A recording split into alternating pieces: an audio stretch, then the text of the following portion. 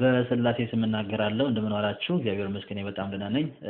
ከአሁን በፊት እንወያይ ብለነው እምቢ ያለው ኡስታዝ መሐመድ አሁንም በውስጥ ሜሴጅ በጣም የሚያስቅና በእውነት የሚያሳፍር ባለው ብለው ይቀለኛል ነገር ተናግረው ስለ ክርስትና ምንም የማያውቀው ነገር ላይ ሲዘባረቅ እጅ ከፍንጅ ይዘነዋልና በእውነት ወንድማችን ለማሳፈር ሳይሆን እንዲያስተካክል እንዲታረም ለሌላ ጊዜ መልስ እንመልስለታለን።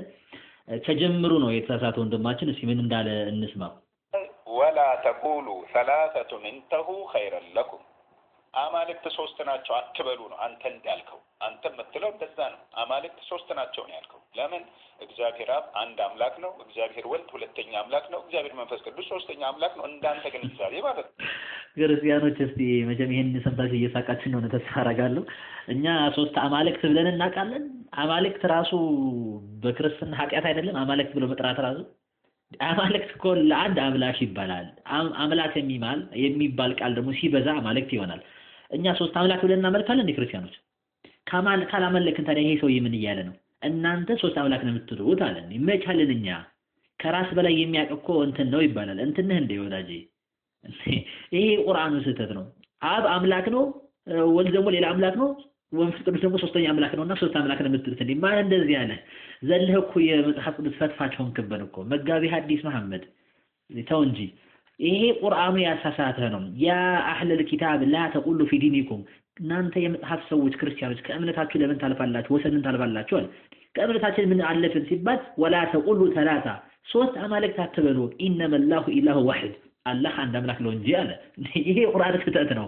መሐመድ ግራ ይገባው ነው በቃ በጊዜው ማንበብም መጻፍም ስለማይችል የክርስቲያኖችን መጽሐፍ ቢያገኝ ኖሮ እኮ መሐመድ እንደዚህ ባልተናገረ ነበር። ምክንያቱም የዛን ጊዜ የነበሩ ክርስቲያኖች መሐመድ ተማር፣ ተስተካከል፣ ተሳስተሃል፣ ስላሴ ማለት ሶስት አምላክ ማለት አይደለም ብለው ቢያርሙት ኖሮ የዛሬ ቁርአን ይስተካከል ነበር። ነገር ግን የሚያርመው ሰው ስለጠፋ እርሱም መሐመድ በዛን ጊዜ የሚያስተካክለኝ የለም የሚያርመኝ የለም ብሎ ሰው የለም ብሎ ነው የተናገረው። ክርስቲያኖች ሶስት አምላክ ብለው ያመልካሉ ብሎ አናመልክም። ስለዚህ አለቀ፣ የቁርአን ጉዳይ አለቀ። የፈጣሪ ቃል ሊሆን አይችልም። ምክንያቱም ፈጣሪ የጻፈው ቢሆን ኖሮ አትሊስት የኛን እምነት ማወቅ ስለነበረበት ማለት ነው። ስለዚህ ይሄ ትልቅ ስህተት ነው ማስተካከል አለባችሁ ነው። መሐመድን ዲፌንድ ለማድረግ ቁርአንን እውነተኛ ለማስመሰል እኛን ተመልሰ የግድ ሶስት አምላክ ታመልካላችሁ ብለህ አትጫንብን። አናመልክም በግድ ነው እንዴ ወንድማችን። ለምሳሌ እኔ ሙስሊሞች ሶስት አምላክ ያመልካሉ፣ አንዱ አላህ፣ ሁለተኛው መሐመድ፣ ሶስተኛው ጅብሪል ተብሎ በመጽሐፍ ቅዱሳችን ቢጻፍ ኖሮ እኔ መጽሐፍ ቅዱስን አልቀበለውም ነበር። ምክንያቱም ሙስሊም እንደዚህ ብላችሁ አታምኑምና። ልክ እነዚህ ክርስቲያኖች ሶስት አምላክ ያመልካሉ ብለህ ከጻፈ ቁርአን አልሰማህም እለዋለሁ ቁርአኑን ማለት ነው። የምናገኘው የተዛባ ነው ለምትለውም አቶ የተዛባ ቢሆን ኖሮ 1436 ዓመታትን አያስቆጥርም ነበር። ቁርአን የተዛባ አይደለም። ለዚህም ማስረጃ 1400 ምናምን ዘመናት ስለቆየ ነው። ይሄ ስህተት ነው።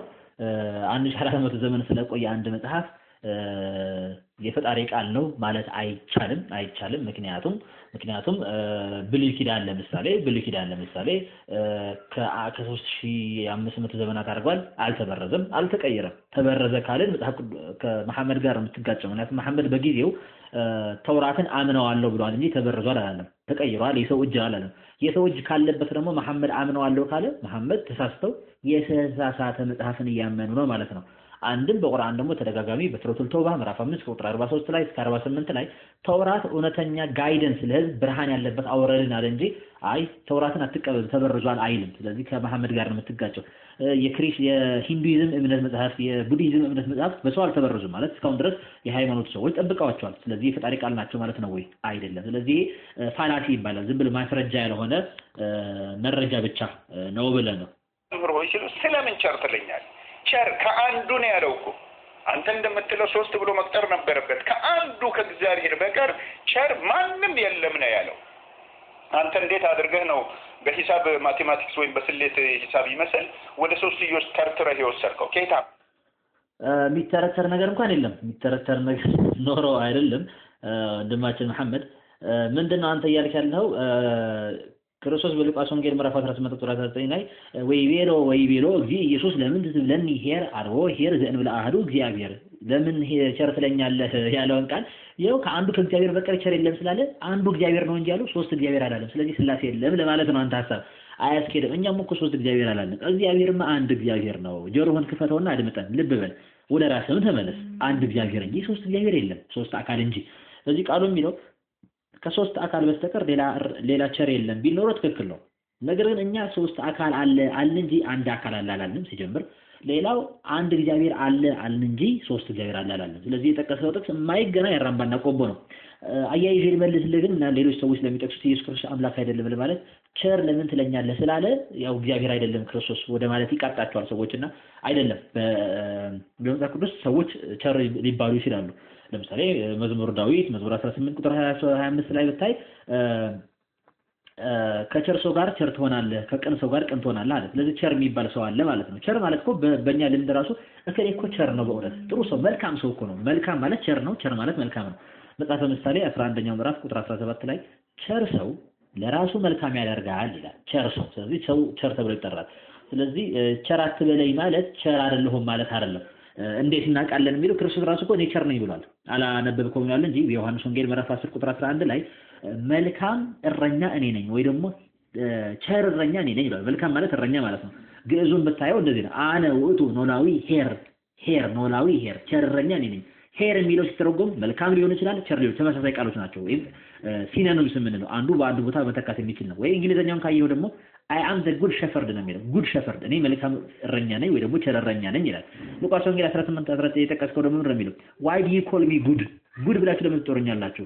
none is good save one that is God ከእግዚአብሔር በቀር ጉድ የለም ወይ ደግሞ ቸር የለም። ስለዚህ ክርስቶስ ያለው ይሄን ነው። አነ ውእቱ ኖላዊ ሄር እኔ ቸር መልካም እረኛ ነኝ ይልና ሉቃስ ወንጌልም እንደዚሁ አልቦ ሄር ዘእንበለ አሐዱ እግዚአብሔር ከእግዚአብሔር በቀር ቸር የለም ይላል። ስለዚህ ቸር ነው ክርስቶስ። ታዲያ ለምንድን ነው ለዚህ ሰውዬ ቸር አትበለኝ ያለው ቢሉ ይሄ ሰውዬ አንድምታውን ማንበብ ጥሩ ነው። ልክ እኛ ቁርአኑን ጠቅሰን ተፍሲሩን ጠቅሰን እንደምናሳፍርህ አንተን ካሁን በፊትም ጠይቄ ነበረ። ልክ እንደዚህ አሁን ደግሞ አንድምታውን ብትጠቅስ ጥሩ ነበር የመጽሐፍ ቅዱስ። ነገር ግን አንድምታውን ብትጠቅስ ከአንተ ጋር ስለሚቃወም አለማወቅን ስለሚያጋልጥ አልገለጥኩም። አንድምታው ማለት የዚህ የመጽሐፍ ቅዱስ ክፍል ለምን እንደተነገረ ማለት ነው። ክርስቶስ ለዚህ ሰውዬ ምንድን ነው ያለው? ይሄ ሰውዬ የመጣው ኢየሱስ ክርስቶስን እኮ አንተ መልካም ሰውዬ ብለው እኮ እርሱ ተመልሶ አንተም እኮ መልካም ነህ እንዲለው ፈልጎ ነበር ይሄ ሰውዬ። ክርስቶስ ግን ምን አለው? እንዴ ለምንድን ነው ቸር የምትለኝ? ቸር ለመባል ፈልገህ ነው አይደለ? አይልልህም ከእግዚአብሔር በቀር ቸር የለምና ብሎ አሳፍሮታል ማለት ነው። ክብር ፈልገን ክርስቶስን ማክበር አንፈልግም ማለት ነው። ስለዚህ ይሄንን ቃል ብዙ ሚዛን አይደፋም፣ ውሃ አይቋጥርም ማለት ነው ያለህ ነው። አንተ እዚህ ጋር አምጥተህ ስላሴዎች ብለሃል። ስላሴ አንዳንድ ጊዜ የአብርሃሙ ስላሴ ትላላችሁ፣ ሌላ ጊዜ ደግሞ የማን ስላሴ እንደሆነ አይታወቅም። እንደገና አዳምም ደግሞ መልካምንና ክፉን ያውቅ ዘንድ ከኛ እንደ አንድ ሆነ ተብሎ ተቆጥሯል። አራተኛ ገብቷል እሱም ራሱ። ስለዚህ ጀምሮ ወንድማችን ስላሴዎች አይባሉም። ትንሽ ምናልባት ጎረቤት ምናምን ካለ ህፃናት ክርስቲያኖች ማለት ነው ህፃናት ምናምን ካሉ ጠይቀውና ማሙሽ ና ብለህ ስላሴ ነው የሚባለው ስላሴዎች ብለህ ብትጠይቀው ይስቅብሃል። እንደዚህ ብለህ ብትጠይቀው አይ ስላሴ ነው የሚባለው ስላሴዎች አይባልም ብለህ ያስተምርሃል። ስለዚህ እባክህ እንደ ኡስታዝ አስብ። ኡስታዝ ሰብለህ የለ ስለዚህ አስተካክለው ሐሳብህን። ምክንያቱም ብዙ ሙስሊሞች አንተን የክርስትና እምነት ያውቃል ብለው ስለሚገምቱ ቢያንስ ግምታቸውን እንትን እንዳታረገው ማለት ነው። ሌላው የአብርሃም ስላሴ ምናምን ትላላቸው በአንተ ቤት መቀለድ ነው።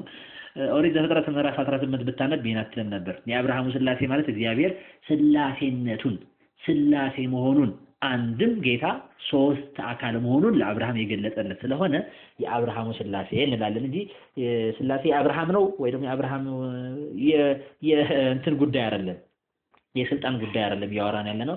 ለአብርሃም ተገለጠለት ማለታችን ነው። ሌላው አዳም መልካሙና ክፉን ለማወቅ እንደ አንዱ ሆነ የሚለው አራተኛ አድርገዋል አንተ። እንደዛ አንደምርም እንዳንተ እንደዚህ በቁርአናዊ አስተሳሰብ አይደለም። ቁርአን መጽሐፍ ቅዱስን የምናስበው ቅዱስ ሆነ በራሱ ሐሳብ ነው የምናስበው። ስለዚህ እንደ አንዱ ሆነ ማለት ክፉና ደጉን ለማወቅ ለየ አይምሮውን እንደዚህ ክፉና ደጉን መለየት ጀመረ ማለት ነው። አንድም ሁለተኛው ወልድ ኢየሱስ ክርስቶስ ስጋ ስለሚለብስ ተሰቅሎ እንደሚያድንን ለማሳየት ነው። እንደ አንዱ ሆነ እንደ ወልድ ነውና ስጋ የለበሰው ነው። አንተ ግን እንደ አራተኛ አድርገህ ተርጉመሃል። ይሄ ምንም ብቻ ይገርማል። እንደዚህ ተብሎ አይተረጎምም ነው እንደማችን አንተ ይሄው እዚህ ጋር ይሄ ነው ትምህርት የሚሰጣ ያለው። እሺ ዮሐንስ ወንጌል ምዕራፍ 1 ምን ልታደርገው ነው? ዮሐንስ ወንጌል ራሱ የተጻፈበት ወቅት ከክርስቶስ እርገት በኋላ ነው። ዮሐንስ 1:1ማ የመጀመሪያ ቃል ነበር፣ ቃልም በእግዚአብሔር ዘንድ ነበር፣ ቃልም እግዚአብሔር ነበር፣ ያ ቃል ስጋ ሆነ ይላል። ስለዚህ ኢየሱስ ክርስቶስ አምላክ ለመሆኑ አንተ ጥቅስ እየጠቀስክልን ነው። እናመሰግናለን።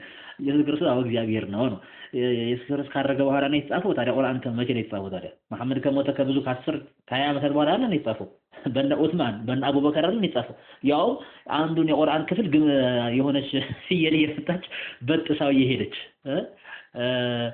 ሱረቱል ተውባ ስንት ነበር በመሐመድ ጊዜ የነበረው ሱት ምዕራፍ 9 እና አሁን ያለው ምዕራፍ 9 ላይ የብቻ ነው ቁርአን 114 ምዕራፎች አሉ አብዱላህ ኢብኑ መስዑድ የነበረው 111ኛው ምዕራፍ አለ 116 ምዕራፍ አለ ቁርአን ለየብቻ ነው ስለዚህ እዚህ ላይ ከገባን ደግሞ ብዙ መወያየት እንችላለን ነገር ግን ክርስቶስ አምላክ ለመሆኑ ዮሐንስ ወንጌል ምዕራፍ 1 ስለጠቀስክልን ዝጋርገና እናመሰግናለን ወንድማችን በአጠቃላይ ግን እንደዚህ አይነት ስህተት ደግመህ ባትሳሳት ደስ ይለናል ራስን ስለሚያስገምት ማለት ነው እግዚአብሔር ብርሃኑን ይግለጥልን ወንድማችን